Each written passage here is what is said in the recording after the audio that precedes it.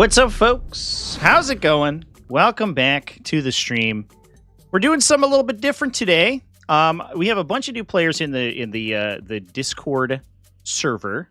So what we're going to be doing is sort of a live setup and a little bit of a learn to play for Warhammer 40k, both on Tabletop Simulator and just with the core rules in general. So I'm actually live. I am muted right now, but I am live in my Discord server. We have a voice hangout channel that folks are free to join into. We'll be doing a question and answer. So if anybody has any questions about the stuff that I talk about today, obviously I will be paying attention to the YouTube chat, but also you can hop in and just ask questions live over there. So that's what we're doing. I am, in order to get the Discord audio and stuff, I do have the audio things a little different than normal, but if anything is too loud, let me know and I can adjust the audio. All right. Cool. So for anybody who's in here right now, I'm gonna do a little bit of a setup on Tabletop Simulator. If you have any questions, just go ahead and shout them out, and I can answer anything that might come up as we're doing it. Otherwise, we can just pay attention to the folks in the chat room. So I'm in my TTS right now, and we're going to be doing this as kind of a single player experience. I know that there's a bunch of people ask me if you could play single player and get all the scripting to work, and this is the way that you do it. Obviously, when you're playing with an opponent, you'll be using a multiplayer lobby, so you'll create a lobby, you'll set a password, and you'll share the password and lobby information with them, and then they can join in. If you just are doing this yourself, which is what we're doing right now, we're going to use the hot seat mode. So go ahead, and in order to create your room, you go to create. Obviously, if you're joining someone else's room, you can join and find the server browser. But today, we're going to be creating a hot seat game.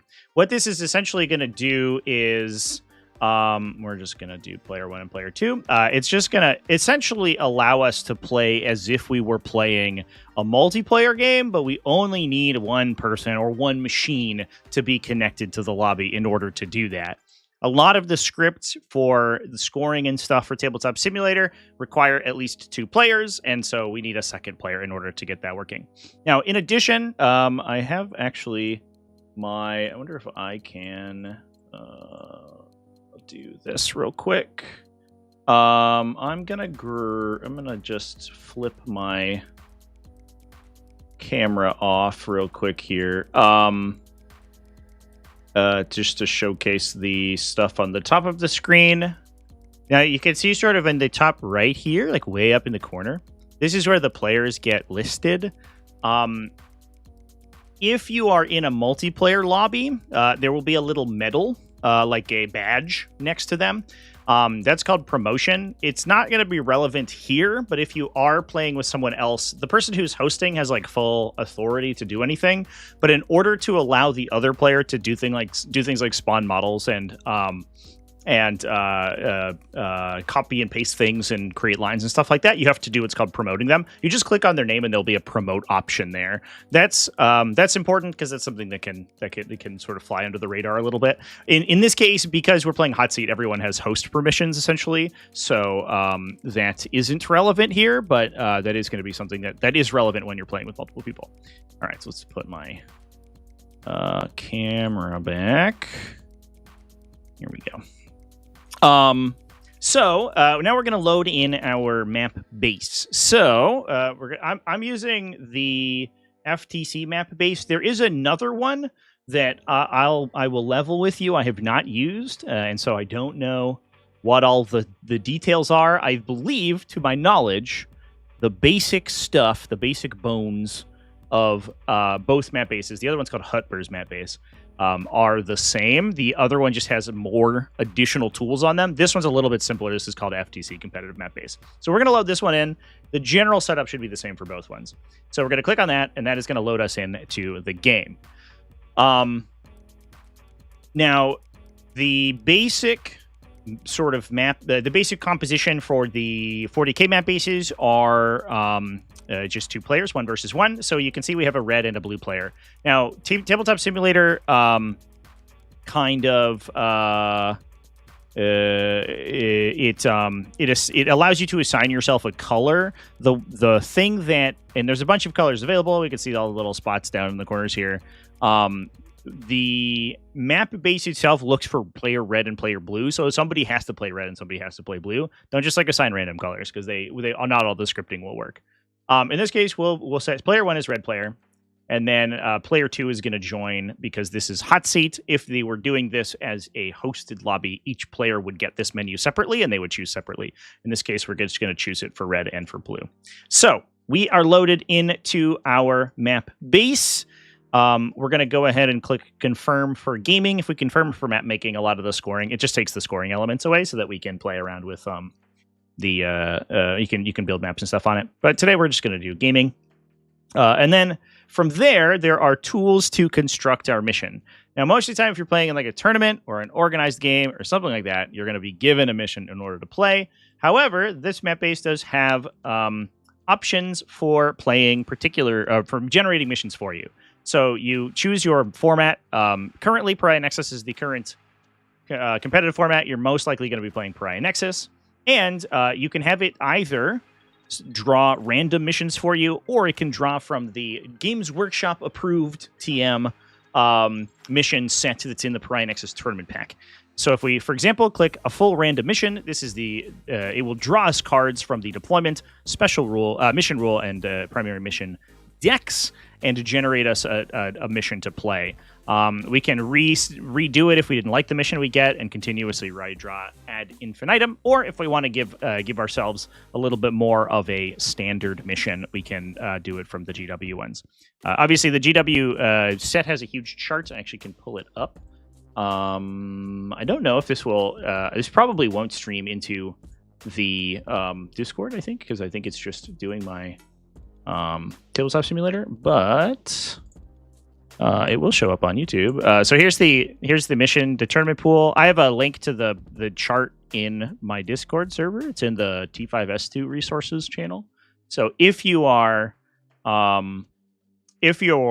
don't know what the combinations look like, you can find them there. Usually, if you're playing in like events that I run, oftentimes they'll just give you the letter and the terrain layout that you're playing. So it'll be like, if we're going to play E on terrain layout 7, it would be E7 would be the mission, and then you just look at this chart and you look what it is. And then also, it will tell you what the mission combination letter is here as well, which is nice. Leviathan was better? I think so. I agree. I don't disagree. I like Leviathan a lot better. So in this case, for this mission K, we can see that we have a search and destroy deployment zone. For whichever deployment zone we're playing, we can select the search and destroy deployment zone right here. And if we pop over it, we'll notice that it has spawned objectives and it has spawned deployment zones for us. So we don't have to do that ourselves. That's all set. Now we're going to add a terrain layout. So there isn't, at least I think in this base, there is not a terrain layout generator. I believe that Huppers has one with their own terrain layouts, but oftentimes events will have their own bespoke terrain sets to use, which they'll give you a mod for. For example, if you want my maps, by the way, you can get them at tts40k.com/maps. And I have links to all of my, that's an invitational drop down.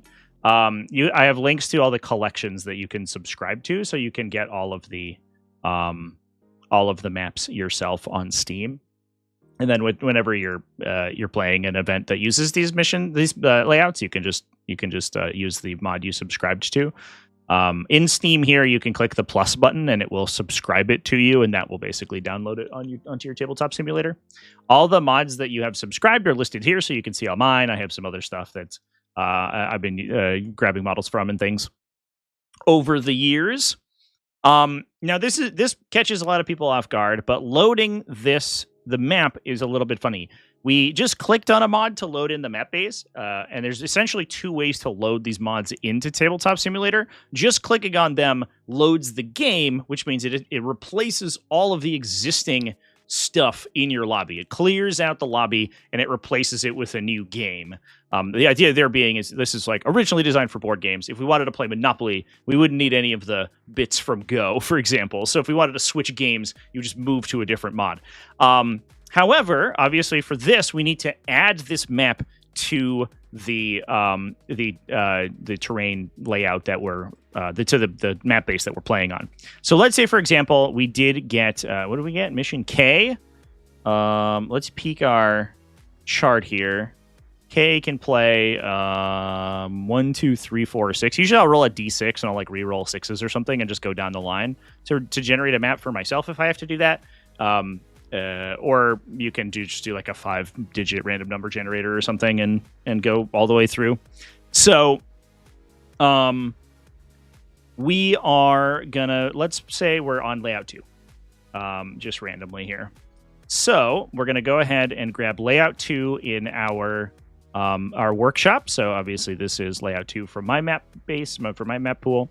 And then we're gonna click this little drop down menu. It's the little 3 dots right here. And we're gonna click additive load. Bloop. Welcome to all the new folks who are popping in chat, by the way. For those who don't know, I am over in my Discord as well. So if anybody has live questions or anything, you can pop over to my Discord. Obviously, I will be taking a peek at the YouTube chat as well for the people who have anything that they'd like to ask as we're going through. Leviathan had issues with first turn strength. It did, but I think Pariah Nexus over corrected, I think is the idea. So then additive load adds in the map to our existing map base. Obviously, there's a table that is designed to accept the map base, the map onto the map base. So we are good to go from here.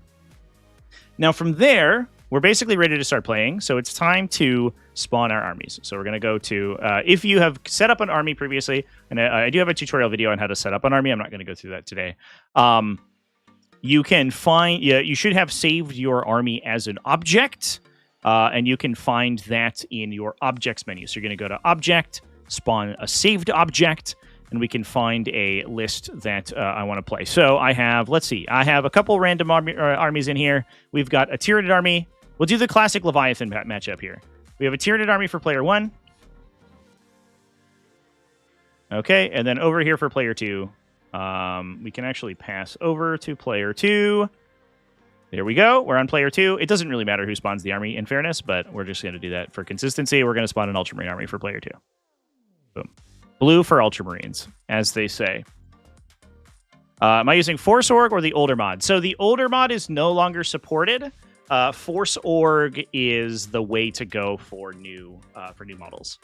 Force Org will be updated more consistently. I do still... I still have the old mods. These were a separate download that you would like manually file into the tabletop simulator like saves folder. I still have all those just in case, and actually it does come in handy sometimes. But you don't need those. And actually, a lot of the links are broken inside these mods. A lot of the models won't load. So Force Org is the thing to do. I'll actually post a link to it in chat because it's actually a little bit difficult to find. I believe, and I don't know if this has changed, but for a while it was unlisted on Steam, so you actually couldn't find it while you're searching. So we're gonna post it up in there. There's the Force Org, and I'll put that in the video description as well, if I remember. Otherwise, I don't know. Get wrecked, I guess. So here we go. And that also includes like army construction tools and stuff so that we can have all of this beautiful scripting on our miniatures. As you can see, we have the data sheets. We can pull up the data sheets. The numpad has our scripting hotkeys. So we can change their wounds count. We can add auras to them. It adds all that stuff, which is very nice. I like it. Is there any way to have Pariah Nexus Crusade objectives show? That's a really good question. I honestly don't know. I don't think that the FTC base is Crusade compatible. At least I don't think it has like Crusade stuff built in. You'd have to do that manually, probably. I don't know about the other map bases though. So I have Ray, tutorials and TTS rekindled your buddy and your passion for 40k. Played it for the first time in a while. And it was a blast. Hell yeah! Well, I'm glad you enjoyed. Thank you so much for the kind words, and welcome into the community, or back into the community, I should say. It is still unlisted. Then when copyright came from Games Workshop via Steam Workshop. Yeah, I guess that's fair for sure. There are a couple of people who have modded FTC base for Crusade layouts. Oh, okay. Yeah, I'm sure you could find it. Obviously, if you go into our workshop tab here and you go browse, this is the Steam workshop. This is actually kind of a fun interface. This is just a browser window that pops up in the Steam overlay. So at a baseline, it just browses the Steam like sort of browser tool. But if you want to find anything in particular, you can look up Pariah Nexus Crusade. We've been a little sluggish today over on Steam, but that's okay. And see what we get. Crusade maps, Crusade map base with Pariah Nexus, Crusade map base with Pariah Nexus, work in progress. So Carl has one. Looks like these are mostly maps. But there's a couple in there, it seems like. All right. So we have spawned our armies, and we are ready to go. So the process from here is really simple. And I think that to some extent, people don't really understand how simple it is, because essentially the core engine of Tabletop Simulator is just playing Warhammer 40,000. There isn't really like too many special mechanics. The addition of the map-based stuff adds some scoring help. So we can draw cards from our secondary decks and things like that, and we can tally up our scores on the score sheet, which is very nice and useful. But for the most part, almost all of the other effects are just going to be manually playing Warhammer on this map base. So I see a lot of questions from people being like, how do you play multiplayer games? How do you play special game modes? Can I make my own maps? All that stuff. Yes, the answer is yes, because essentially Tabletop Simulator, it's the most bare bones piece of software you could ever experience, because it does exactly what it says on the tin. It just simulates a tabletop. We've added scripting to add a bunch of really like ease of or quality of life additions to a regular game of 40k, but this is basically your kitchen table, and you're just going to play a game of 40k on it with some extra gubbins attached to it. So from there, we would go through our sort of battle formation step. We would select our objectives. We can lock in our objectives via this little sort of menu here. This is our hand. If you play card games in Tabletop Simulator, this is much more relevant. In this case, the map base has a nice little a utility that will track your deck for you. These are your options in battle formations for your objective selection. And so you're just going to flip over the cards that you want to use. So either you're going to flip over the 2 tactical objective cards, or you're going to say, for fixed objectives, I want to take Engage on all fronts and Cleanse. Then, once you've selected that, you're going to click and lock in secondaries, and it will pull all of those cards out, and it will put them over here. Those are flipped over because they're technically secret until your opponent also chooses. And then we go to player 2. This is how we use the hot seat sort of tool, by the way, folks. That we just click on this button to switch between the 2 players. A little frame rate drop switching between the 2. Tabletop Simulator, not the most stable of pieces of software. And let's say we want to play tactical objectives on the Ultramarine side. So they're going to click lock in secondaries. And then you can see these all flip over. We see the Ultramarines have chosen tactical. The Tyranid player has chosen these 2. Once the game starts, these will discard because those are just placeholders. And you can draw cards with these buttons, discard them, recycle them. Whatever you need to do based on the card or the situation. And then from there, we're basically just playing a game. There's a nice little board in here to put our strategic reserves and any transports that we might have. There is also a button over here. Technically, reserves are determined simultaneously. We're going to switch back to player 1 real quick. Technically, reserves are determined simultaneously and revealed at the same time. So there's a button to hide your army. And if we look, it makes this like big red brick. That's called a hidden zone. That's a special sort of mechanic that Tabletop Simulator uses for games with hidden information.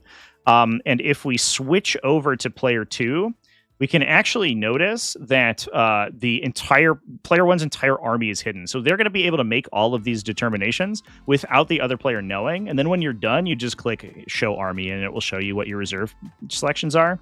So let's say like we're on player 2 here. Player 2 is like, I'll choose hide my army. I'll do my objective or my reserve stuff. We'll put jump pack intercessors into deep strike and inceptors into deep strike. That's kind of like normal stuff. And then you'll just have to remember that these are here over the course of the game. And then we're going to go ahead. We're done. So we're going to click Show Army. We're going to flip over to player 1, and they're going to do the same thing. And now we can both see what each other's reserve selections have been. I guess the Tyranid player didn't put anything in reserve, but there you go. Is there a good workshop collection or something for good Pry and Nexus maps? Chat.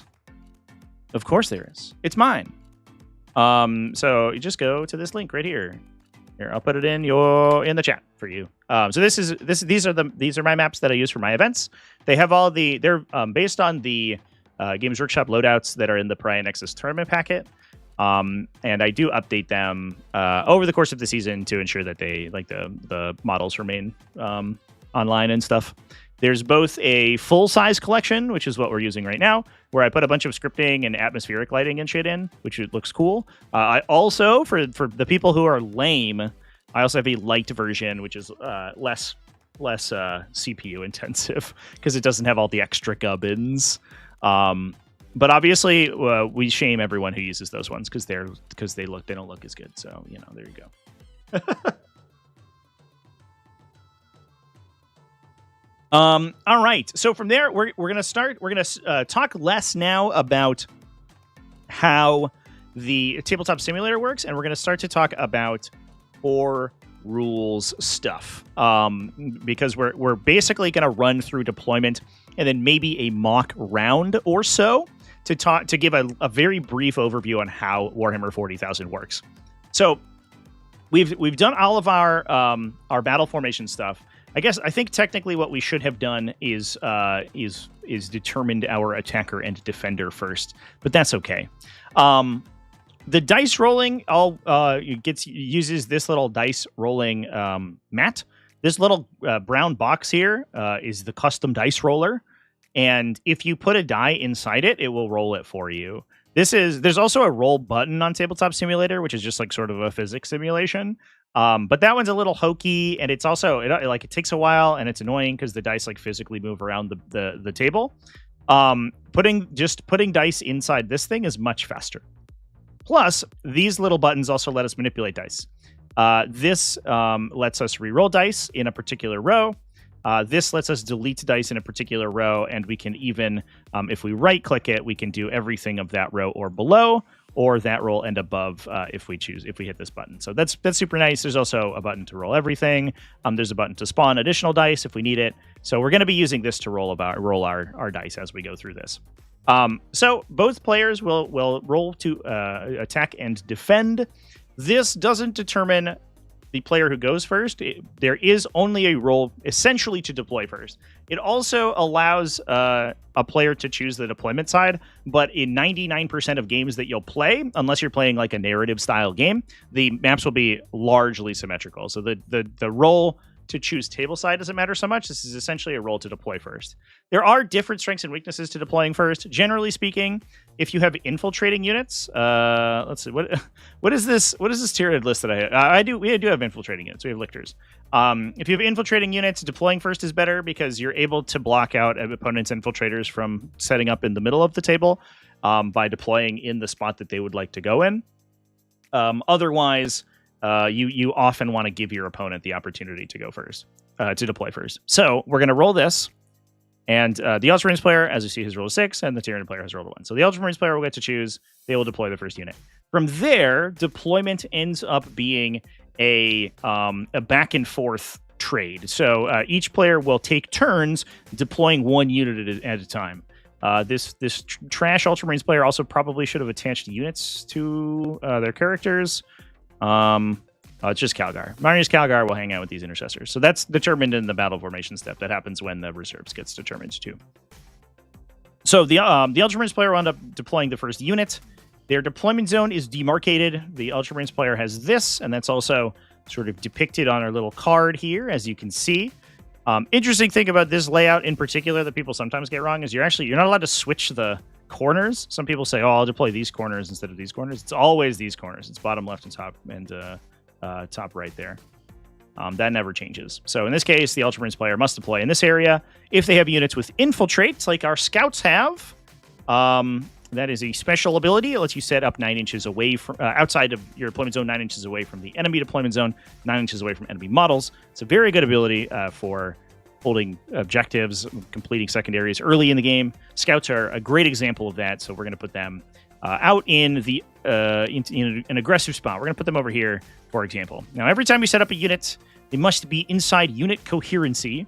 So there is a toggle on Tabletop Simulator, which is very nice. We can click toggle coherency to determine whether or not we are within unit coherency. The requirements for that are that each model is within 2 inches of a different model in the unit. And that is checked every time the unit is set up on the table. So if it reserves or comes out of a transport or is deployed like we're doing now, they must all be within 2 inches of each other.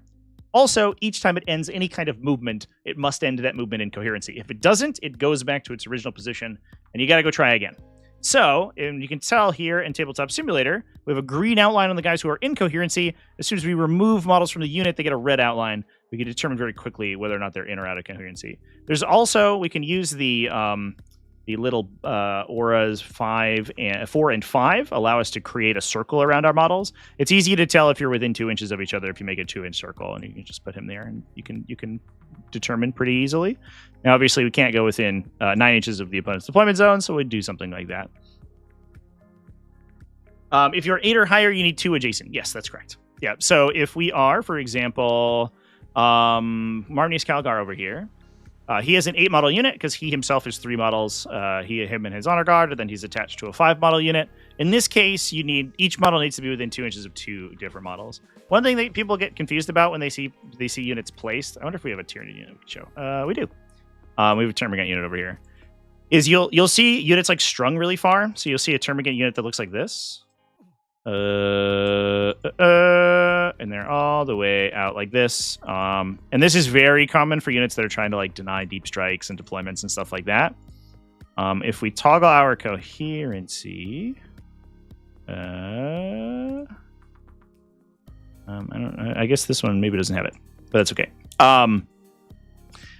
The models on the end are within 2 inches of 2 other models. You make a little triangle of 3. So like this model can measure to these 2, and this model can measure to these 2. Obviously, the same is true on the other side. All the models in the middle of the chain have 1 model on each side, which by definition means they're within 2 inches of 2 models. I see a lot of people get very confused about this formation and say, well, clearly it's not in coherency because the guys inside don't have like another friend to be their coherency buddy, but they just measure to the 2 people on either side of them. This kind of deployment is perfectly legal. The scary part is when you lose 1 model, you're immediately out of coherency. If that happens, then at the end of the turn, you start removing models from the unit until you're back into coherency, which I have a whole video on. There are some ways you can manipulate that to actually get a benefit out of it, but also it just means sometimes that you lose a couple extra models if you string like this. Generally speaking, you're doing it with units that you don't care about, so it doesn't really matter so much that you lose a couple models if you take a random casualty from something, but it is something to keep in mind. The old dog bone formation, indeed, for sure. Isn't it bad to put infiltrators on objectives because of overwhelming force? Yeah, theoretically. I'm going to go less into like tactics, I think, in this game, in this live stream, because I think we'd be here for ages. But yeah, there are objectives that your opponent can potentially score, or at least one objective your opponent can potentially score on the top of the first turn if your models are on objectives. Sometimes because of the onboard situation, you can't escape it and you just have to do it. Fortunately for us, in this case, scouts are a unique situation because they have both infiltrate and scout. So they will, during deployment, set up outside of the deployment zone, and then at the start of the first round, they'll move 6 inches. So you can do things like put scouts in a really like super aggressive position. Like in this position, they would like super die if they just went second and their opponent shot them with a gun. But because they have the scout rule, they can actually like pull off of the objective, or they can pull into a defensive spot. They can like sort of hide behind line of sight like this. I didn't put them in a perfect space like that, but you get the idea, right? Scouts are very special, but generally speaking, yes, like tactically, it's not perfect to put them on objectives. We're just gonna do it as a showcase today. Has Force Org added Emperor's Children? Yeah, they've had Emperor's Children like basically since the Codex was leaked.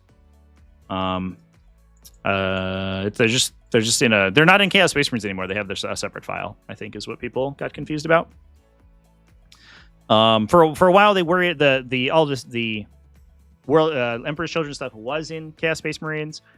So you had to do select from the drop down, but they now have their own separate button.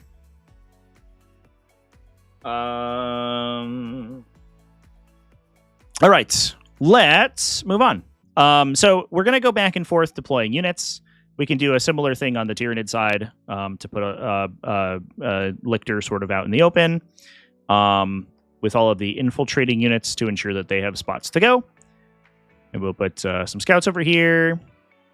And then once we are done with that, we're going to move into first turn and stuff like that. So I'm just going to do this very quickly so we're not here watching me like fiddle around with miniatures for a really long time. Technically, this would be the two players would be going back and forth, 1 and 1. But just to save time, we're just going to deploy everything all together. Some people do like to do that. They actually just say, hey, I'm going to deploy a bunch of models like all at once. And which is, it's not technically correct, but it's like totally fine if you'd prefer to do that yourself. As long as you don't like change it later, obviously. Like once you put a model in the deployment zone, don't change it. It lives there now.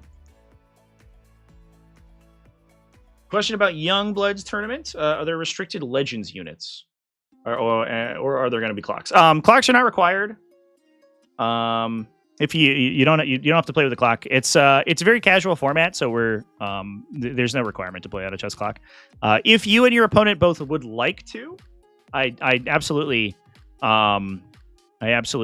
encourage you to, because I think it makes the games shorter, right? But the goal is to learn, so the idea is to not to put too much pressure on people. Obviously, try to keep your game time under like 4 hours. Chess clock games are usually 3 hours. Like 4 hours is a little long. But if you're learning, that's usually pretty reasonable. There are not restricted Legends units. You can play whatever you want. But obviously, like the goal is to be casual, so don't get like super super spicy about it. The spirit of the game is to have a fun time. The spirit of the event, I should say. There are no prizes for winning, so if you're getting too crazy with Legend stuff, then I don't know. It's probably not the venue for it.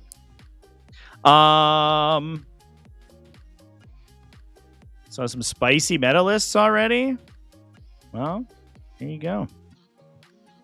There's no requirement to submit your lists, by the way, either. The lists are mutable before the game. Just ensure that you and your opponent both share your lists either simultaneously, or like if you're okay with it, you just send your opponent your list beforehand. The idea is that if you want to change your list, you're totally free to. So the lists are not locked for the Youngbloods tournament. You can play whatever you want all the time. Here, lose in educational ways, yeah, for sure. There's some really fun meta Legend stuff. There's like a bunch of the Imperial Guard super heavies like are in Legends, which is like sweet. There's like some really good. There's just like some generically good units who are in Legends. The one I played the last time I played a Legends tournament was Furies for Chaos Demons, which is just like a 40-point unit of guys that moves a billion inches. It's like, all right, this is pretty good. You're basically free. All right, we're putting all our Tyranid friends down. This is a pretty like reasonable semblance of a Tyranid deployment zone. We're gonna do something like this, and then we'll do a deployment for the Ultramarines. Now, when you deploy, you have to keep in mind that the player going first has not yet been determined. So you have to, just sort of tactically. I said I wouldn't talk about tactics, but we'll do a little bit. You have to keep in mind that your opponent could go first and just like come and shoot you. So keep paying attention to where your opponent's like big stuff can move is a pretty big deal. And then also that does mean as well that the order in which you deploy your models are really important because it's information your opponent can use. Now, I should mention, while we're deploying these sort of spiky guys, this very rarely matters. And to be honest, for your first couple of games, I wouldn't really worry about it. But technically, and I don't like this rule, I will protest it a little bit, but it is the rule, so we have to play with it.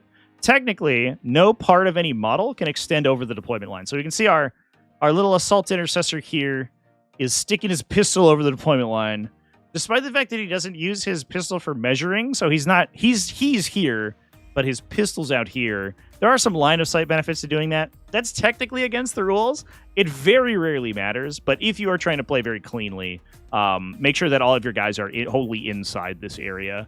That's a very stupid, like, pedantic rule, but that is technically a rule for 40k. Oh boy.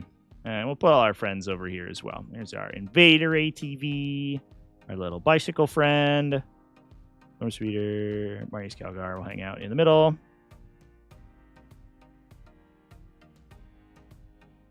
And then we'll be off to the races. Yeah, you would think it would be just the base chat. And if you were to read the rules as written, it would be only the base, because that's the only part of the model that matters for measurement, right? So if I'm determining whether or not I'm wholly within this area, I only use my base. But it is a rules commentary addition that no part of any model, period, can ever extend over the deployment line legally. So they added that one after the fact. And then we got our Gravis Captain over here. Oh, some of the Tau Crisis suits, yeah. I mean, yeah, all that stuff is whatever you'd like to play, for sure. We're not restricting any stuff.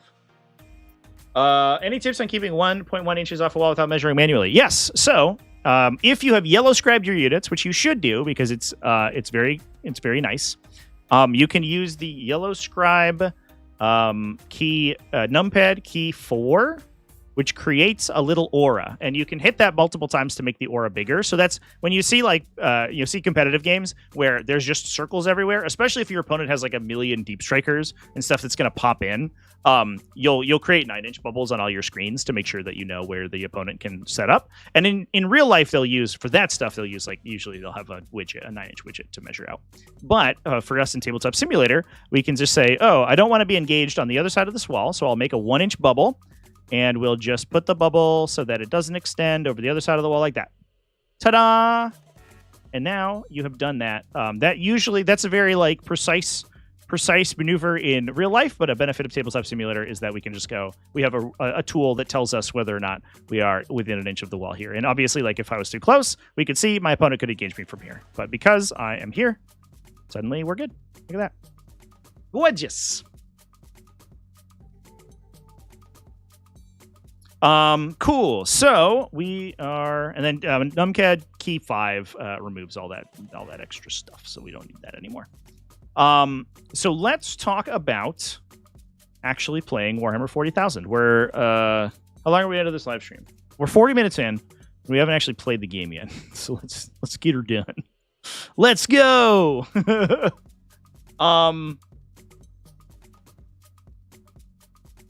You're going to suffer and play Tabletop Simulator? TTS has some amazing live scans. Yeah, I mean, one benefit of Tabletop Simulator is that as Games Workshop's product photography gets better, a lot of that gets translated immediately into Tabletop Simulator because they can use a rotoscope, essentially, or a rotational scan to import the 3D rotation that the Games Workshop website has directly into TTS.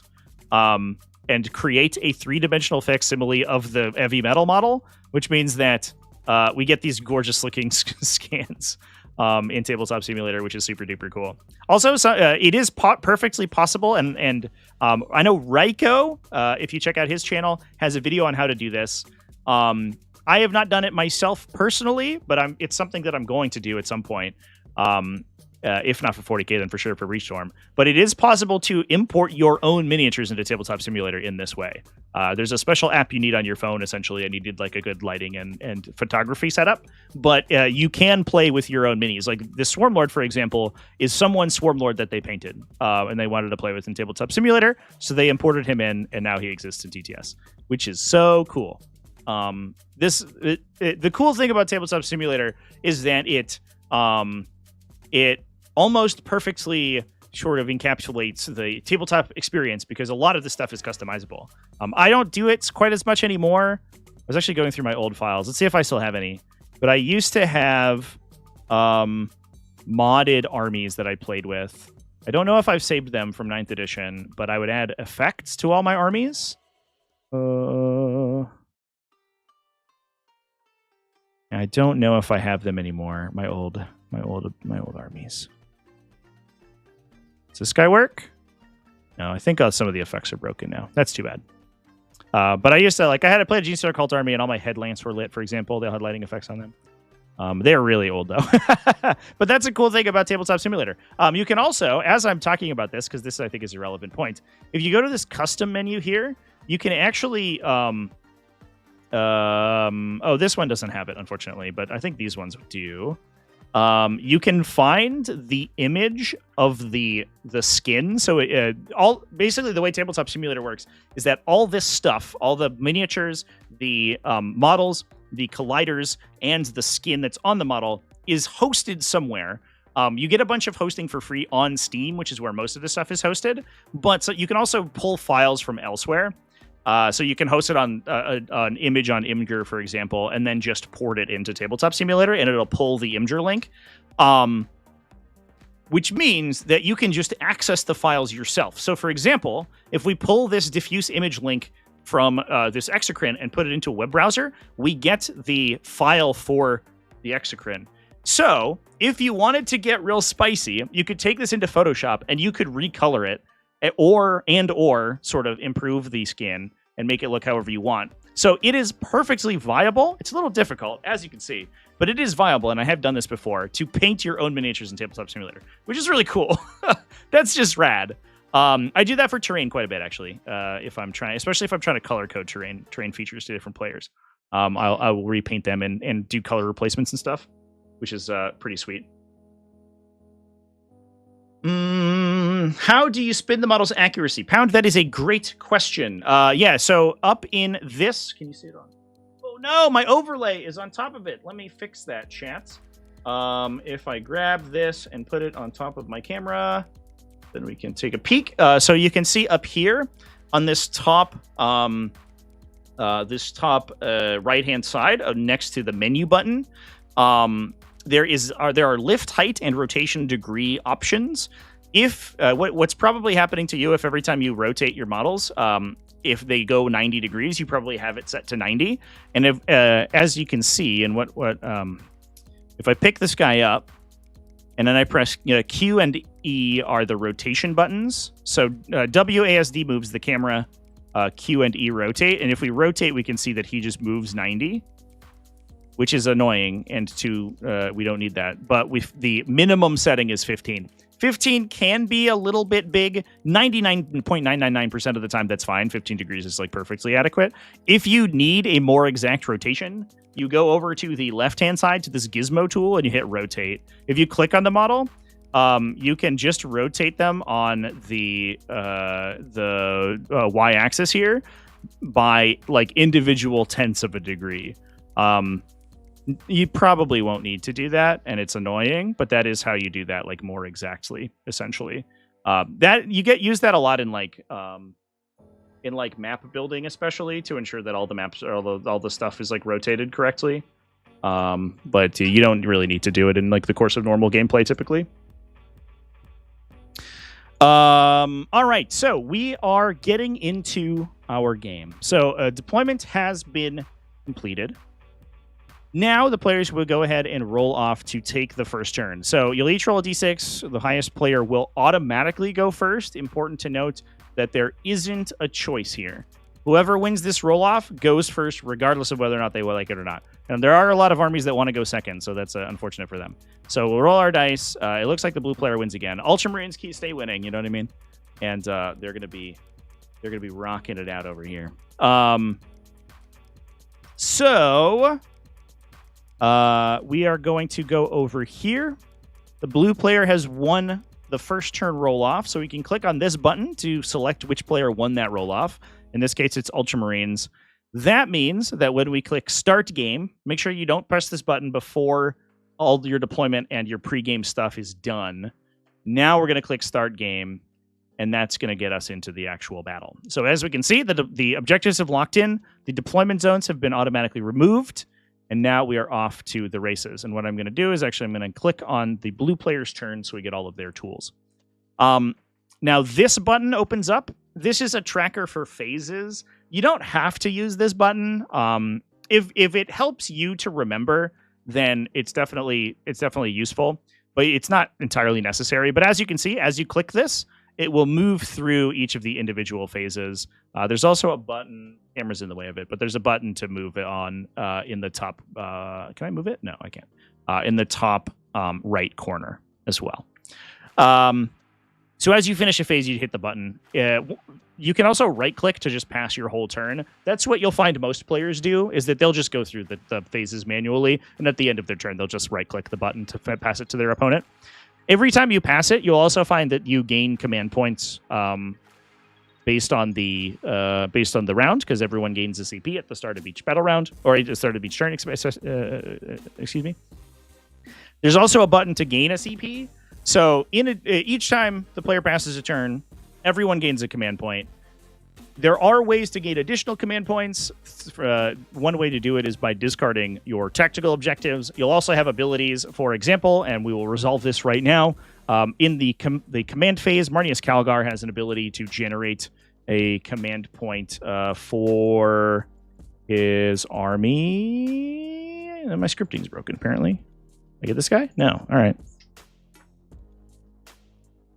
All right. Well, that's fine. His data sheet's not working today, I guess. So you'll go ahead and click this gain a CP button. As you'll notice, if you click this each time you would gain a CP, there's going to be a little notification that comes up because you can only gain 1 CP per battle round. And so this will help you remind it. You can also just remember manually and then hit the plus and minus buttons. And then whenever you spend command points to use stratagems, you just hit the minus button right there. So with that, the game begins. Before anything else happens, there are some effects that occur at the start of the first battle round. In this case, both players have some. For example, the Norn emissaries will choose an objective that they want to go attack. That's called their singular purpose ability. I wonder if this will work on there, guys. Nope, I guess the hot seat maybe just messes with my numpad. I don't know. Actually, I've never run into that before. In addition, the scout units will also use their scout moves. So these guys would probably, I guess they're going first so they could move forward if they wanted to. They just have to stay 9 inches away from enemies, so they actually can't go that far. They would go like something like this, probably. They wouldn't get much movement at all, is what I'm trying to say, because somebody put a lictor there. The counterplay has already occurred. And then we would move on to the Ultramarine player's command phase. Now, we determined earlier that the Ultramarine player is going to use tactical objectives. There's a button here to draw cards for their tactical objectives. Make sure that you do the thing. You either do the thing we did earlier, where you flip the cards over to then put them on the sheet here, because that shuffles your tactical deck for you. If you don't do that, you might have some of the cards still in your hand over here, and then you would have to just put them in the deck manually. So make sure that your deck is indeed all 18 tactical objective cards. But you can click this button here to draw them. Now, there are some cards that you should keep in mind that have special effects that occur when they're drawn. For example, behind enemy line says if it's the first battle round, you can shuffle this one back into your deck, which is what we'll do. If you get one of those, you can hit this recycle button. In fact, I think we draw 2 of those because the Tyranid player has nothing that they can score on Cull the Horde. So when it's drawn, if there's no enemies in the battlefield that can satisfy the conditions of the card, which is either they have 20 models in their unit, that's what a starting strength of 20 means, or their wounds characteristic is 25 in their infantry. We don't have any of those on the Tyranid player's team, so this card would discard itself. So we would click the discard button and draw a new card. All right, so we've found our actual secondary missions. Some of these will grant us actions we have to perform. This is basically a thing that your unit does instead of doing anything else during your turn. So recover assets here, for example, 2 units from your army that are in different positions of the battlefield in your deployment zone, your opponent's deployment zone, or no man's land can perform an action. That action essentially means that they cannot shoot during your turn, and they cannot charge or move any further, perform any moves, I should say. Until the action's complete. Otherwise, the action fails. And if it is complete and they're not killed, for example, then they'll get victory points based on the number at the bottom there.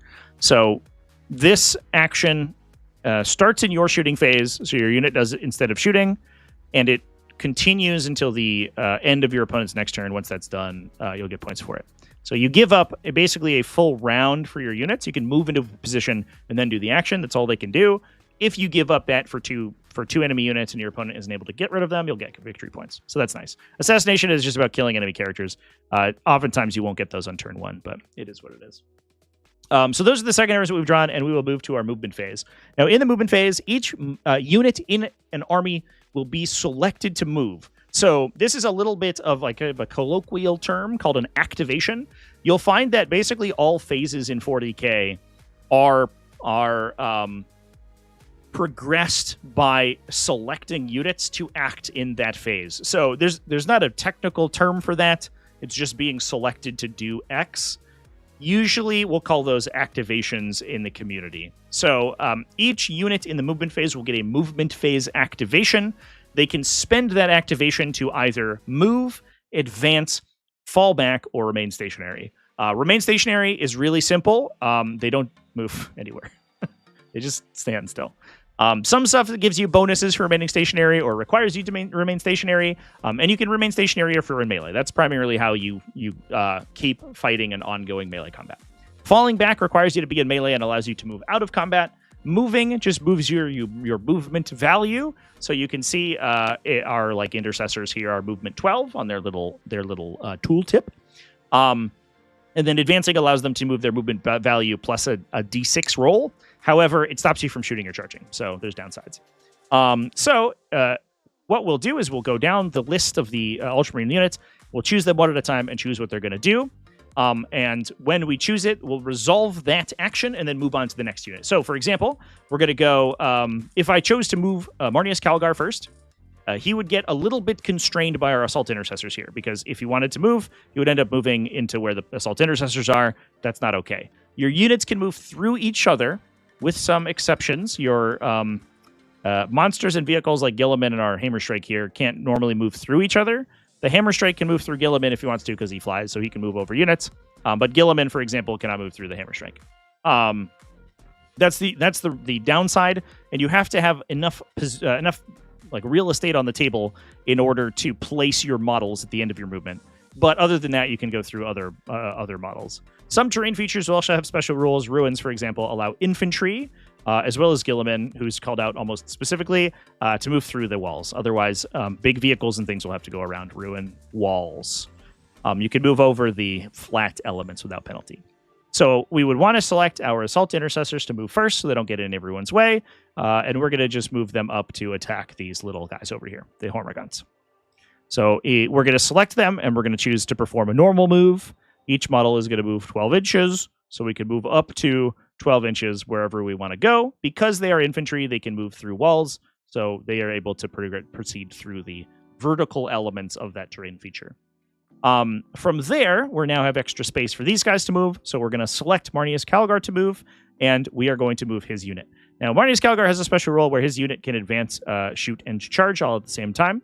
So we're going to do an advance with him. So we roll a d6 when we select to do the advance and add that to our movement for the total distance. So he's normally moved 6. We will, every model in the unit, I should say, is move 6. So we will add 1 to that and become move 7 for this movement. So we're going to move. We could get all the way up there, I guess. 1 on that advance was unfortunate. Unfortunately, you do have to declare that you are going to advance before you roll the dice, so that you are a little sort of under the thrall of the dice for that movement.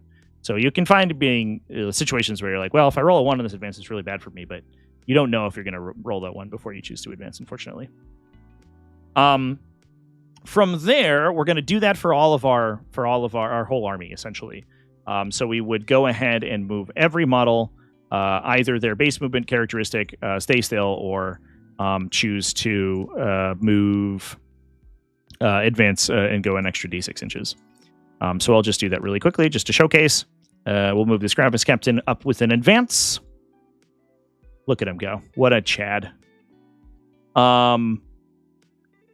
I should mention as well that if you want this to be easier for yourself, there are some toggles you can use. I don't use it personally because I find it I just find it kind of distracting. But if you want to use the measure movement toggle, every time you pick up a model, hands free, look, Ma, no hands. it will measure its distance from its original location. If you are holding a model, this is irrespective of the toggle, and you press escape, they'll go back to their original position. So if you're like, I wonder how far this guy could move. 12 inches would get me here. That seems pretty good. And then you would let go of them. Or if you're going to be like, that's not very good, or I don't have enough space to land there or something, press escape and then they'll just go back. Once you let go of them, they are kind of stuck. But there is a tool you can use that helps things out, and I really like this tool. It's called the point tool. If you click on this little magnet here on the left-hand side of the screen, the bottom menu option, you can click snap, and you can click on a model, and it will put this little green dot there. And that means that anytime an object moves up to that position, it will try to move to that little point. So that's a good place for to let the game remember where your models are. So you can be like, I'm just going to proxy where this unit can move. If I move here, what does that look like? Oh, I could get here. Would I get to shoot? Maybe, but it would be kind of a tough charge. So I don't want to move there. Now we've remembered where this model goes, so we can see as soon as he gets back to his original position, it's going to snap him back to where he was. So that's a good way to proxy. Sometimes you do that with like a proxy base or a proxy model in real life, and Tabletop Simulator does that with this tool. If we want to get rid of the snap, there's a button to delete all snaps. I think that the mod base has some built in, so you probably don't want to click that. But if you click on each snap individually, they'll just go away. All right. Anyway, let's just move our guys. We've done it. Look at us go. These guys have measure movement on. If you don't want to use the measure movement toggle, then when you move your model, you can choose, you can hit tab, and that will measure its position, its movement from its original position. One thing to keep in mind, though, is that it doesn't measure your path. There is, I think, a way to measure your path, which I don't remember off the top of my head. But usually players will just do that manually. They'll be like, oh, I want to move around this wall. So I'll move like here 7 inches, and then I'll move like here like 5 inches, I guess, if they want to do that. In this case, we're just going to move this guy forward. In terms of rules, obviously all of the terrain in these maps are ruins, which means that theoretically their vertical elements would block movement or force you to move over them. However, any ruin that is 2 inches or less in height can be moved through freely, as long as you don't end on top of it. So we can't end on top of the crystals here. You can see they actually have a collider in Tabletop Simulator. Oh, this guy doesn't, which is going to be awkward. But if we take our Gravis Captain, he would actually bump into them if we're at a point where he can't end his movement. But they're treated kind of like walls where you can move through them for every model. So now we're going to move our little friendo up here, our little guy. We'll move our Hammer Strike up. We're being very aggressive today because this is a showcase game. Not even really a game. Normally, I don't think you would play this aggressively, so Ultramarines would probably die. But for the purposes of demonstration, I think it works just fine. So that's our movement phase. So once you have selected what each model is, or which each unit in the army is doing, you are going to progress over to the shooting phase, which is the one that we're currently in on our big button here. Now we're going to do the same thing where we select a unit to act in the shooting phase one at a time. So we're then going to select a target and any weapons we want to target them. Or we're going to select a target for each of their weapons if we want to. So, for example, if we say we're going to start by shooting our Storm Speeder Hammer Strike. Now, if we mouse over him, we can see all of his weapon options. He has 2 Crack Storm Grenade Launchers, a Melted Destroyer, and a Hammer Strike Missile Launcher. Now, the Storm Speeder Hammer Strike is a little funny to just like use manually because he actually uses his hull for measurement, which is a little bit weird because he is a vehicle. So you'd think that he would use his big base, but he actually measures from these like front edges here. And it's not perfect, but you can use this. You can kind of like use that as the gauge for where he's angling. And he's within 18 inches of our Norn Emissary here. So we're going to go, hey, I'm going to shoot all my guns at the Norn Emissary. And your opponent goes, okay. And then you choose the order in which you want to resolve them. There is some requirements for the order in which you resolve attacks. If you have attacks that have the same profile, so for example, if I had 3 bolters targeting a unit, I would have to roll all of those in sequence. So I couldn't, for example, I have 2, in this case, I have 2 Crack Storm Grenade Launchers. What I'm not allowed to do is roll 1 crack grenade launcher, then shoot a missile, then roll a second crack grenade launcher. I'm forced to resolve all my crack grenade launchers together. So for each of those weapons, we are going to roll a number of dice equal to their attacks. What I will do here is just for the showcase is we'll grab a Hammer Strike Storm Speeder and pull up his stats right here. So we'll start with we talked about it already. So the crack grenade launchers, we have 2 attacks because there are 2 of them, and each one of them has an attack value that's A of 1, so 2 dice. The ballistic skill value is what we need to hit, and then we're going to compare their strength to the toughness of the target. So we have 2 dice. We need a 3 or higher to hit. One of them has missed, so we'll get rid of that. We're going to take that dice, and we are going to roll to see if we wound. Now, if the target's toughness characteristic is higher than our strength characteristic, we need a 5 or higher to wound on a separate roll.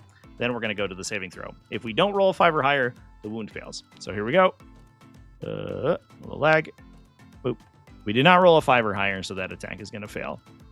Now, from there, we choose our next weapon to resolve. We'll go with our Hammer Strike Missile Launcher, which has basically the same stats. It has higher AP and damage, so it can't be rolled simultaneously with the grenade launcher. It has to be rolled in sequence. However, the first 2 sets of stats are going to be basically the same. We're going to be hitting on 3s and wounding on 5s. So let's roll that out. 2 shots, hitting on 3s.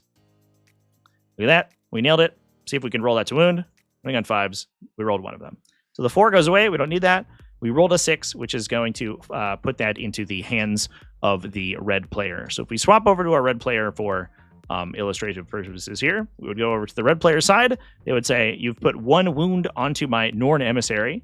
My Norn Emissary is going to be saving on a 4, either with its armor or with its invulnerable save. Currently, it is in cover.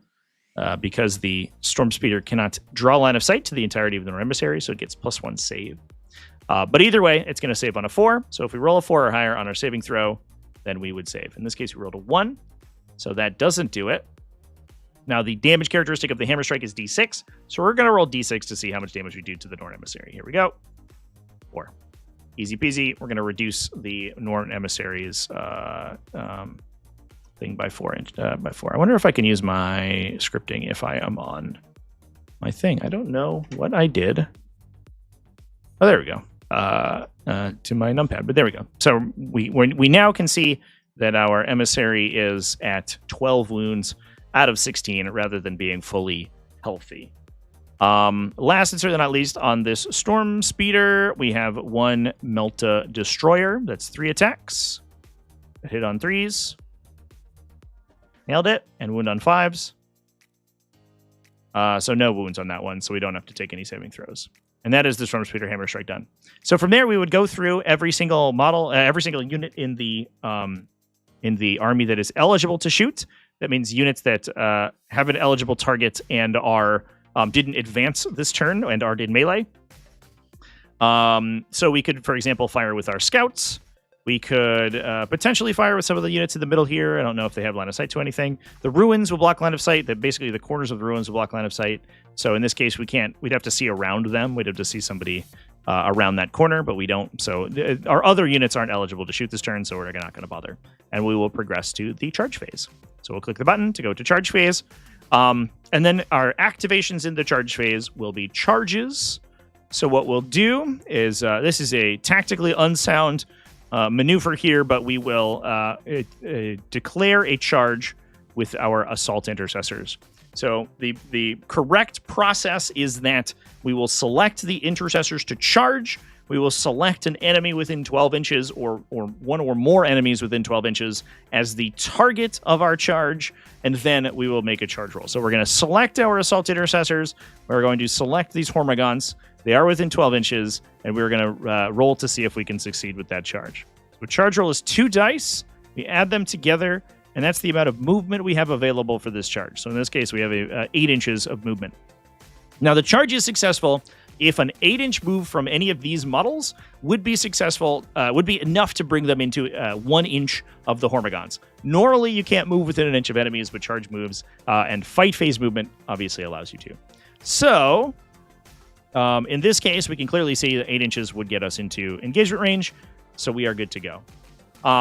From there, we basically like there's two separate considerations. The first one is, are we within the correct distance to move what I rolled and then enter an engagement range of the Hormagaunts? If yes, then each model in the unit moves one at a time, and if they can, when they are when they're picked up to move, they can move into base contact with one of the charge targets, then they must. So, for example, and there's a bunch of ways to like futz with this. I have a whole video about it that I released a couple weeks ago. This guy, I'm going to move this guy first. As I can see, there are several places that he could go where he is in base contact with a Hormagaunt, so that is where he is required to go. This model can move in base contact with a Hormagaunt, so he is required to go there. This model can move in base contact with a Hormagaunt, so he is required to go here. I should mention as well that regardless of whether or not you can go to base contact, each time you make a movement with one of these models, they have to go towards the charge target too. And then last, but certainly not least, we have our Sergeant. Unfortunately, to get base contact with a Hormagaunt, he would have to go more than 8 inches because there are a bunch of assault intercessors in his way now. So he just has to go towards the Hormagaunt so he can like go over here, for example, if he wants to. That's the only charge that we will progress right now. So from there, we will move to the fight phase. Any units that charge this turn get a rule called Fights First, which allows them to fight in the first section of the fight phase. Anything that doesn't have Fights First, so for example, our Hormagaunts here, who were charged, will attack after them. Now, kind of like deployment, these activations are in turns with your opponent, and they always start with the player who is inactive. So in this case, if, for example, these Lictors, we can see, have the Fights First ability on their little data sheet here, on their little readout. So the Lictor, if it was engaged in melee by this charge, would actually fight before the Intercessors, because it's the Tyranid player is currently the inactive player this turn, so they would always choose the first attacker in each phase. So even though the Intercessor's charged, the Lictor would go, I also have Fights First, and since it's your turn, I get to swing first in the Fights First step. If we're not doing that, however, these guys would have Fights First, the Hormagaunts would not have Fights First, so we would resolve all of our units with Fights First, and then move over to the Hormagaunts. So if, for example, we had also charged with these guys, we would resolve all of the Assault Intercessors first before moving on to any Tyranid units, because they would all have completed charges this turn. From there, we can see each model has a melee weapon. You choose one melee weapon on each model to attack with, and then you choose a target that is within 1 inch of them, or is in base-to-base contact with another unit that they're another model from your unit that they're base-to-base with. So our Sergeant, even though he is, I guess he is within 1 inch here, but even if he wasn't, he would be able to attack something through this Assault Intercessor here, so he would be eligible to attack. And then they're all going to resolve their attacks together. So in this case, we would have 4 models with chain swords, so 16 total attacks, and plus a power fist on the Sergeant, who's attacking 3 more times. We can sequence those in whatever order we want, but just like shooting, all of the chain swords would have to attack first.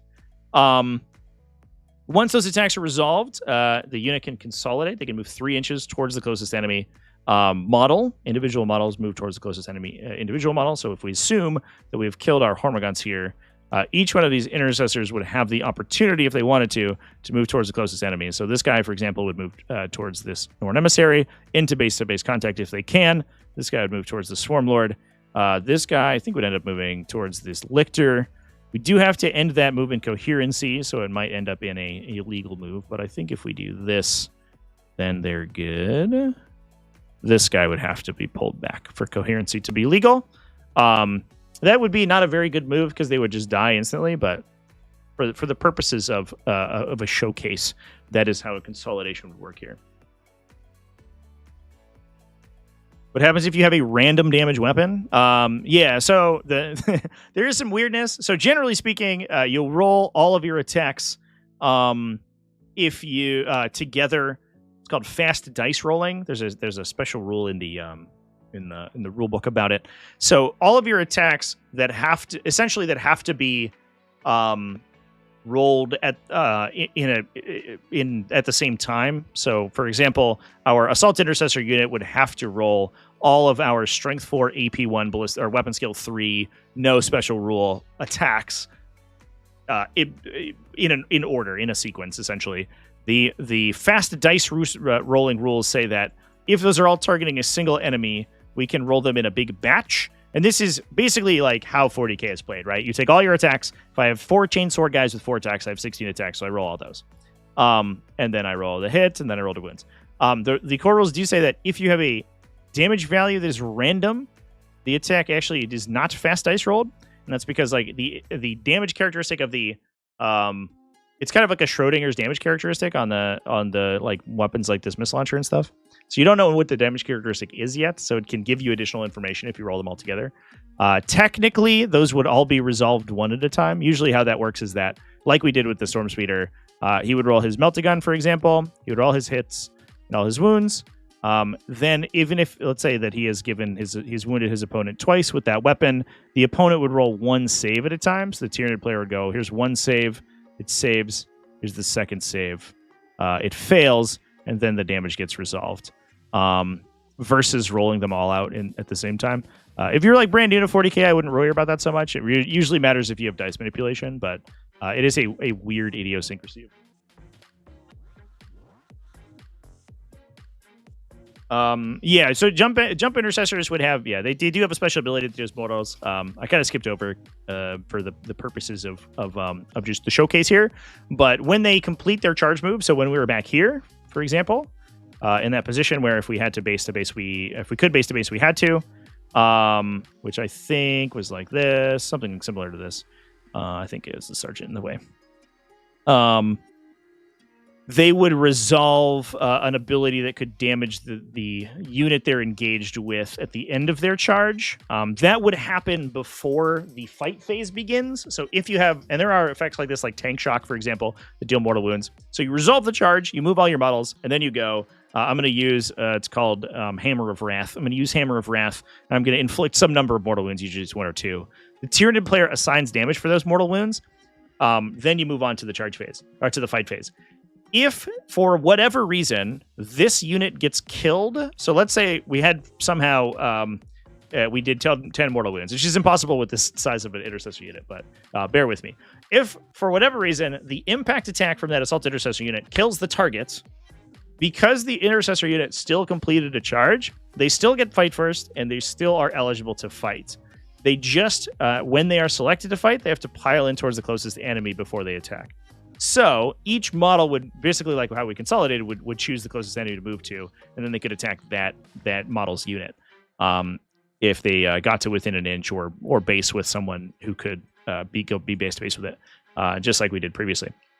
So there are ways to charge a unit and then kill it before that unit gets to fight, and then move on to another unit with that unit.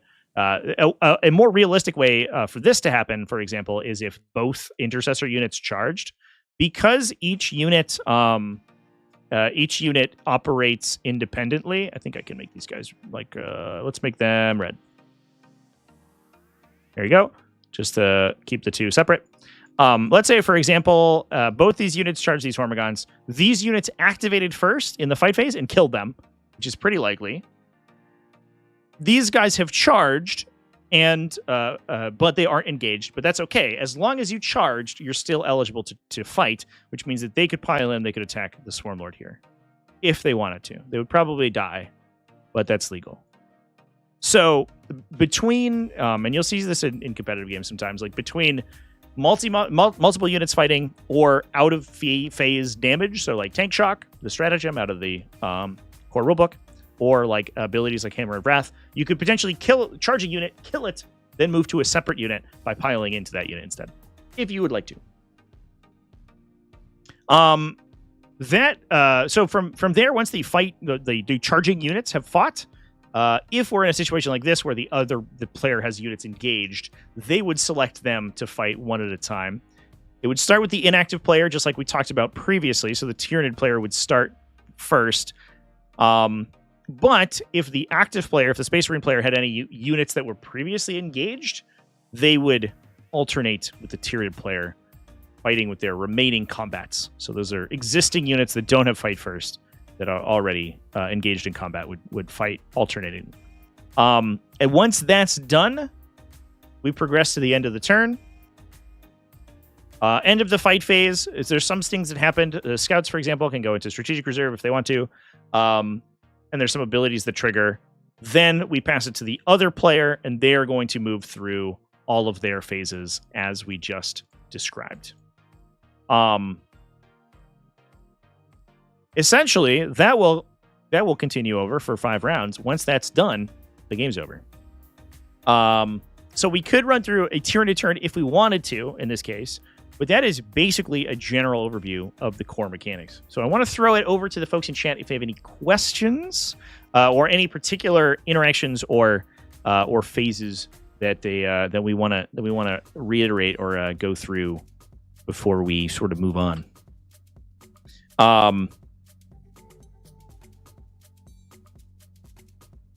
The other thing I think to discuss as well is how the missions will usually play out. Generally speaking, the missions are only scored on the second turn onwards. That's not like a hard and fast rule. It will say on your mission card. So you can see, for example, that the Scorched Earth primary mission, which is the second like little section here, begins scoring from the second battle round onwards. And almost all primary missions will do that. And usually they will check at the end of a command phase. So essentially, after you do all your command phase stuff, like take battle shock checks and use your special abilities, but before you go to your movement phase, you'll see how many objectives you hold, and that will usually score you points. In this case, you get 5 victory points for each objective, up to 10 victory points, so up to 2 objectives from the second battle round onwards. How detailed a question? Any questions whatsoever? I am here for you, chat. After consolidating, can models in the unit that didn't fight still fight against the model unit they consolidate into? No. The answer is no. So when you select a unit to fight, they pile in, so they move towards the closest enemy. Then each model selects targets for its attacks. Then they consolidate. Then they're done. That's it. That's all they get to do. So, for example, if these guys had activated and they could fight, these guys could get up to this lictor. They can target the lictor and fight it. Maybe they kill it. Maybe they don't. Then they consolidate. Then they're done for the entire round. They cannot fight again. They can't make any more attacks. That's it for them. Can we talk about how to skip someone's fight first? That's a great question, and I am actually going to postpone that question. I said any question, but that's the one that I guess I won't take because I have a video that will probably be out tomorrow on that. So, so you can watch my video tomorrow. I'll talk all about fight first and how to get around it. I know there was a bunch of questions after the combat movement video that I did. There were a million questions about that, and so I was like, all right, I need a separate video to link people for this. So yes, I will talk about that tomorrow, and how like defensive fight first works. If it was 2 different units, the second unit could only fight if it didn't. No. So the only time models in a unit can fight is after they've done their pile in. So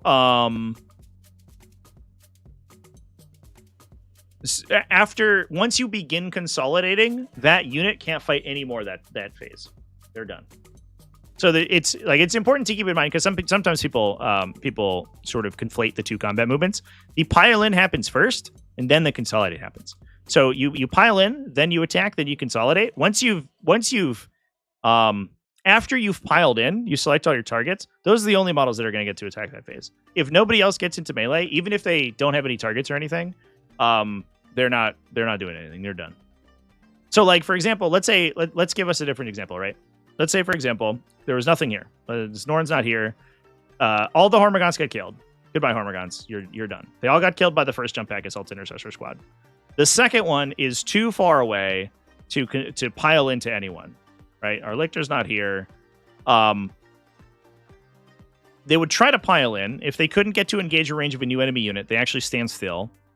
Then they can consolidate. If they can't get to, then they would select targets for their weapons. If they're not engaging anyone, then they have no eligible targets. They move to try to consolidate. If they can't engage anyone or move to an objective, which is the other time in which you can consolidate, then that's it for them. They're done. So if their pile in move can't bring them into engagement range with a new unit, they can't do anything. How many miles did I drive for work related expensive? I don't remember off the top of my head. was a lot. I want to say it was like 30k. Is in movement, is there a way to restrict how far you move a unit so that someone doesn't accidentally move farther than they should? In Tabletop Simulator, there is not, to my knowledge. I don't know. I don't believe so. Just pay attention to the movement. It's easy to like accidentally mess up when you're moving really quickly. But just like pay attention. Sometimes I'll be like, this is my maximum movement, and then I'll just like ensure that I don't go farther than that. I'll just like tag the position where I'm trying to move to. But there isn't, to my knowledge, there isn't a way to like lock them into a particular amount of movement that they can do. Can I explain how enervating onslaught works if 2 units charge the same unit? One kills the charged unit, and I use the strat on the secondary unit. You have to tell me what attachments that's in, because I don't recognize the stratagem off the top of my head. I guess I could actually. I have 39k. We could look it up. 39k, save me, and don't leave any part of it out, please. So it's Flyblown Host.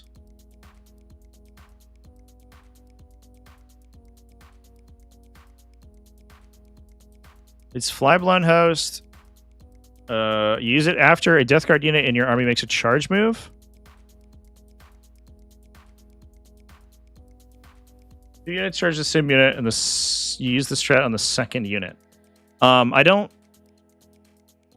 think that the timing makes sense for the situation you're describing. So they can use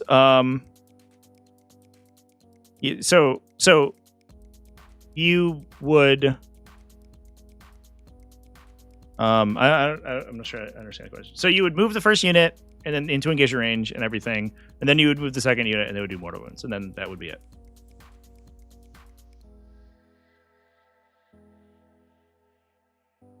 Or assume the correct timing. So if if the first unit uses the stratagem and kills the charge target, the second unit can't charge that target. So charges are all of this stuff, right? Everything in 40k, and it's unfortunate that they don't actually use this terminology in the rulebook, because I think it would actually answer a lot of people's questions. Almost everything in 40k is done. It's Inky. What's up, Inky? You want to teach people how to play 40k? Inky might know how to play 40k better than a lot of professional players, because she's exposed to it 24/7. So let's say, for example, we'll put our fucking little guys over here. So enervating onslaught for those who don't know is a stratagem to deal mortal wounds on the charge. So it basically gives the unit these guys' ability almost exactly. So we have 2 units that can do mortal wounds on the charge. They both want to charge this guy. The first one charges and uses an effect to kill this unit on the charge, right? That's within their charge activation. Now we activate these guys. They no longer have a charge target, so they don't even get to charge.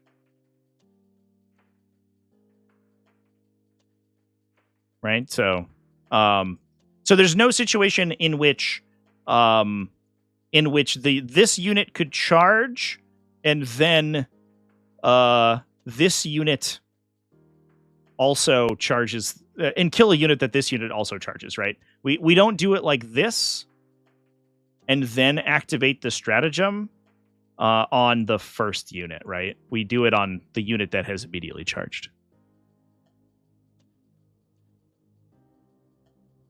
Nope. With Frill Seekers, if embarking a rhino with noise marines, the rhino hasn't moved, can you then advance the rhino towards the enemy? Yes. Yeah, the embarking, the previous editions, like embarking stopped you from doing a bunch of stuff. Basically, like the combination of a unit embarking in a transport and the transport itself could not have moved more than one time. But that is but that's no longer the case. Essentially, as long as you end within 3 inches of a transport, you can just go into it, and the embarking unit and the transport unit, like, they're moved totally separately.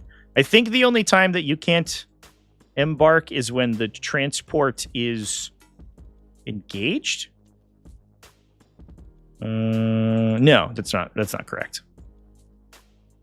It's just that you can't disembark if the transport falls back is the only restriction. So if, for example, we had a transport, I actually have Emperor's Children saved because I've been playing them. If, for example, we had a transport, both the unit embarking inside a transport and the transport itself can move independently of each other. So, like, for example, we can have a bunch of units. We say, we're going to disembark these guys from this transport before it moves. That lets these guys move. We can then move these guys, embark them into the transport, then move the transport. Any combination of those effects is, like, totally legal. Which is why I say transports are broken in 10th edition, but neither here nor there. Also, when they die, everyone inside it is invincible. What a time to be alive. So the short answer is yes. Ryan meant Vermin Cloud. Vermin.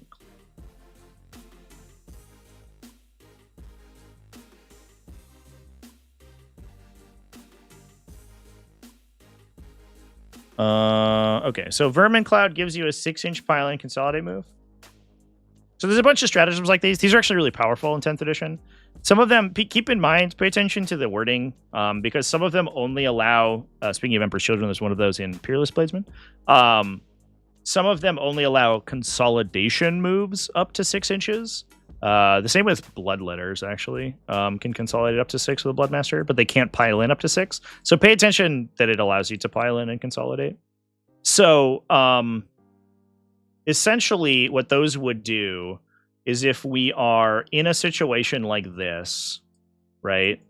So we have our 2 units, and we have our Hormigaunt unit, and we have another unit. Let's say we have a Norn over here. We go, I'm going to charge. I'm going to charge. I'm going to activate these guys first, and they're going to kill the Hormigaunts. Okay? Good stuff. The timing of the stratagem is that you use it on a unit that has not yet fought this, that has not yet been selected to fight this phase. So you go after these guys have activated and killed the Hormigaunts. I say, I'm going to use this stratagem, and I'm going to target this unit.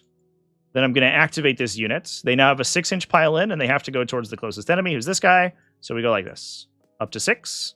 So we get to re-engage them and then fight them. If they didn't have an enemy within 6 inches, then they couldn't do that. They would be sad. Or 7, I guess. 6 plus engagement range. Tyranid Onslaught is only consolidate? Yeah, for sure. But Onslaught's cool because it replaces the consolidation ability. Onslaught's actually like a very different stratagem. It's basically a defensive strat. Because it's overrun, right? It's not. Onslaught is the OR that gives them advance and shoot. And lethal hits.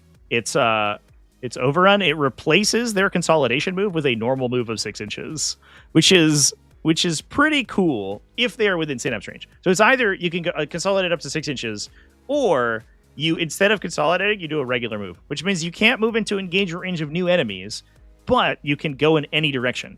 Because consolidation is always either towards the closest enemy or towards an objective. Overrun says go wherever you want. So you can like charge a guy, kill it, say I'm gonna overrun, so assuming I'm in synapse, and then go like into a building behind a wall to move block enemy, like you score secondary, all that stuff. The stratagem is really cool. Justin asking, with heroic intervention, if the unit that intervened gets charged after the intervening unit, can it still fight back against that unit, or is it done for the turn? The unit that intervened gets charged after the intervening unit. After intervening, excuse me. Can it still fight back against that unit, or is it done? Yeah, so intervention's kind of funny. Intervention is a charge move that you do during your opponent's turn, but doesn't give you fights first. So the thing to keep in mind, so let's set up a situation with heroic intervention, for example. Let's say we have done, let's do this. So we have a board state like this. We go with our Hormigaunts first. And we say, it's the Tyranid player's turn. I'm going to activate the Hormigaunts. I'm going to charge these guys. So they go like this. Hello. What's up, Assault Intercessors? We'll do a big battle now. The Assault Intercessors, at the end of that charge move, Heroic Intervention can target a unit within 6 inches of the charging unit. So we can do this Gravis Captain, and we can say he gets to charge now. So it costs a CP. We pay the CP on him. He goes, I'll charge. You have to charge the unit that charged. So he goes, I'm going to charge these guys to there. However, it's still the Tyranid player's turn, so they could go, I'll charge with my Lictor and charge to there. Now, the thing to keep in mind is that the intervening unit still doesn't fight first. So the Tyranid player gets to go with all their fight first units before this guy gets to swing. He will still get to attack, and even if some weird stuff happens and like all the stuff that he's engaging with is dead, he's still going to get to attack even if he's not engaged because he made a charge move that turn. So let's say that by the time everything else is fought, all this stuff is dead. He'll still get to pile into these guys. If he hadn't intervened that turn, he actually couldn't do that because he has to be currently engaged by an enemy. But because he intervened, he's pretty free to attack. He has to, however, survive the attacks of the other unit in order to make in order to attack back, because the chargers are still going to get to swing before him unless he has the fight first ability already.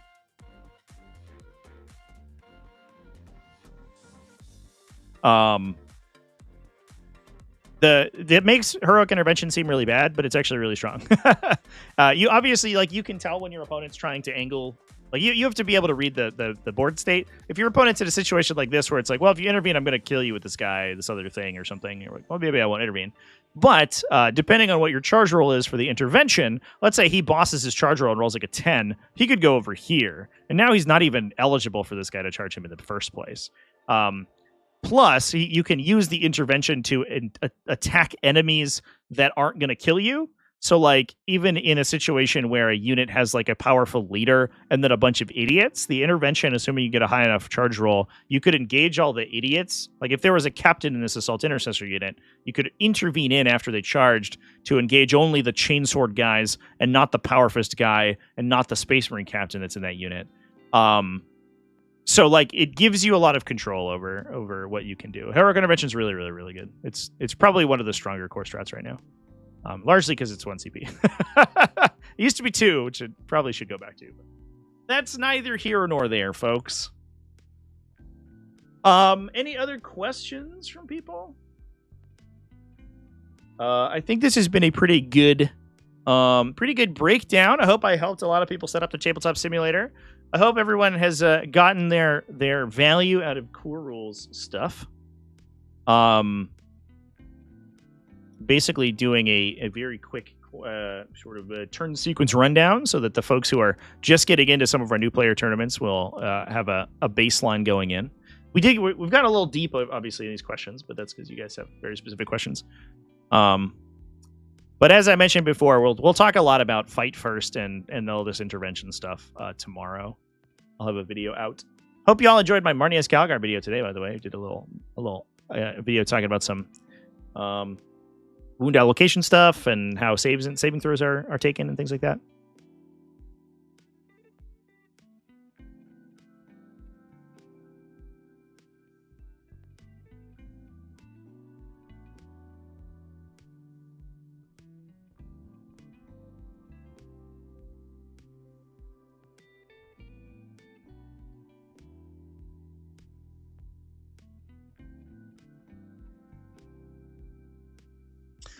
Anyway, folks, I think we'll go ahead and wrap things up there. Nobody else has anything else they want to ask? What happens when I put 120 Khorne Berserkers in a list? The answer is that you play an Onslaught game, I think, because it's not legal to play in a 2,000 point game. You can't play Strike Force. You have to play Onslaught for 120 Khorne Berserkers. I don't know. This model seemed too expensive. They feel like a 16 pointer in the body of an 18 pointer, which would make Horde Khorne Berserkers, I think, much more viable if you saved 200 points off of that brick. But we'll see. I don't know, maybe they probably want to restrict the amount of Blood Surge people are playing because it's like can be a really toxic, like hard to play against mechanic. All right, folks. Well, I think that's. I'm going to go ahead and call it there. I will be live on. I might be live on Friday. I'm not sure. I don't think so. There is a doubles tournament over at the Richmond Open that I'll be setting up on Friday. There might also be some other games going on, so I'm not 100% sure. Obviously, there will be an event up for that if I end up going live. Otherwise, I will be live for sure on Saturday over in Richmond. I'm going to be there for this 140 player major. I'm going to be live streaming, which I'm very excited about. Should be good. So please go check out that. You're going to be redirected to an event stream for that when we're over there. If you haven't already, sign up for the new player tournament, the Youngbloods tournament over in the Discord server. Big thanks to everybody who has signed up for that. Looks like it's going to be quite a few people playing in that one. So if you are interested, go check it out in the Discord. Otherwise, I'll see you in the next one. Thanks for watching, everybody. Keep it classy, folks. Have happy wargaming, and I will let you go.